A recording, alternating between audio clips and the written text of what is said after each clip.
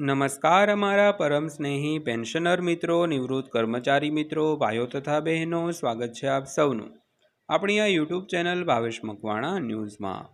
તો પેન્શનર મિત્રો, આજ સાંજના પેન્શન સમાચારમાં આપણે વાત કરીશું નિવૃત્તિ પામેલ પેન્શનરોના નવા પેન્શન ટેબલને લઈને આજરોજ તારીખ 14/6/2026ની સાંજે 8 કલાકે આવ્યા છે એક મહત્વના સમાચાર।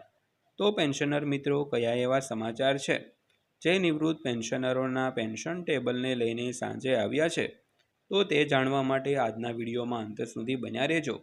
અને હજી સુધી જો આપણી આ ચેનલ તમે સબસ્ક્રાઈબ ન કરી હોય તો ડેઈલી આવી જ અપડેટો મેળવવા માટે, આવી જ માહિતીઓ મેળવવા માટે આપણી આ યુટ્યુબ ચેનલ અત્યારે જ સબસ્ક્રાઈબ કરી લેજો દોસ્તો। તો શરૂ કરીએ આજનો આ વિડીયો। તો સૌથી પહેલાં વાત કરીએ તો કેન્દ્રીય કર્મચારીઓ અને પેન્શન ધારકો માટે સારા સમાચાર આવી રહ્યા છે। તો જુલાઈ 2026થી મોંઘવારી ભથ્થું એટલે કે ડીએ વધે તેવી શક્યતા વ્યક્ત કરવામાં આવી રહી છે। તો સૌથી પહેલાં વાત કરીએ તો કેન્દ્રીય કર્મચારીઓ ખુશ થઈ જશે। તો લાખો કર્મચારીઓની નજર હાલમાં 8મા પગાર પંચ અને ડીએ વધારાને લઈને સરકારના નિર્ણય પર છે। તો AICPI-IW ઇન્ડેક્સના તાજા આંકડાઓમાં વધારો નોંધાતા ડીએમાં 3%નો વધારો થઈ શકે છે। તો એવી ચર્ચા છે, જો સરકાર આ વધારો મંજૂર કરે તો જુલાઈ મહિનાના પગાર સાથે વધારેલી રકમ કર્મચારીઓના ખાતામાં જમા થઈ શકે છે। તો હાલમાં કર્મચારીઓને 60% ડીએ મળી રહ્યું છે, જે વધીને 63% થઈ શકે છે દોસ્તો।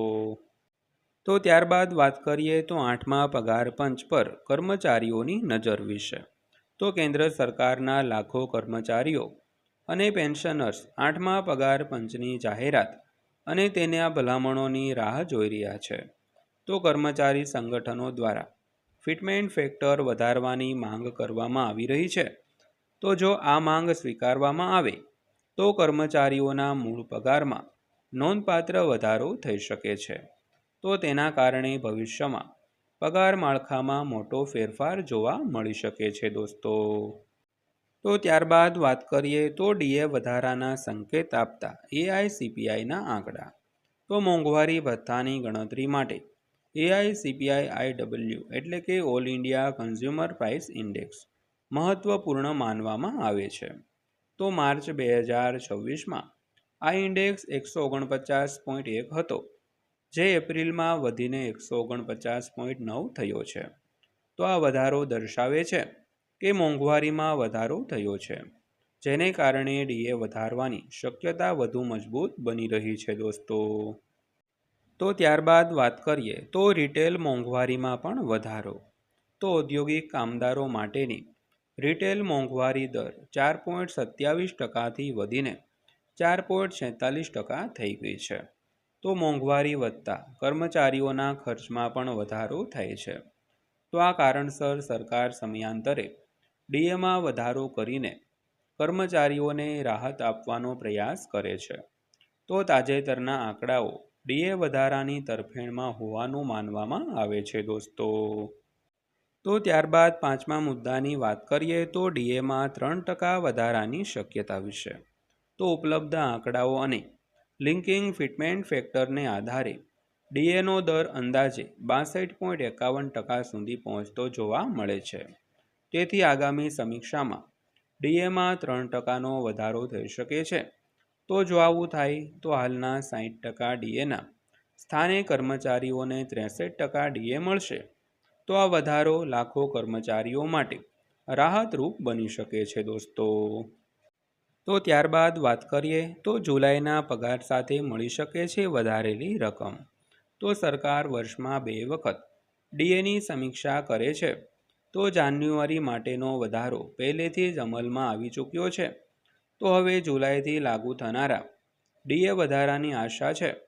જો સરકાર મંજૂરી આપે તો કર્મચારીઓને જુલાઈ મહિનાના પગાર સાથે વધેલું ડીએ પણ મળી શકે છે। ત્યારબાદ અંતમાં વાત કરીએ તો હાલમાં 60% ડીએ 63% સુધી પહોંચવાની સંભાવના।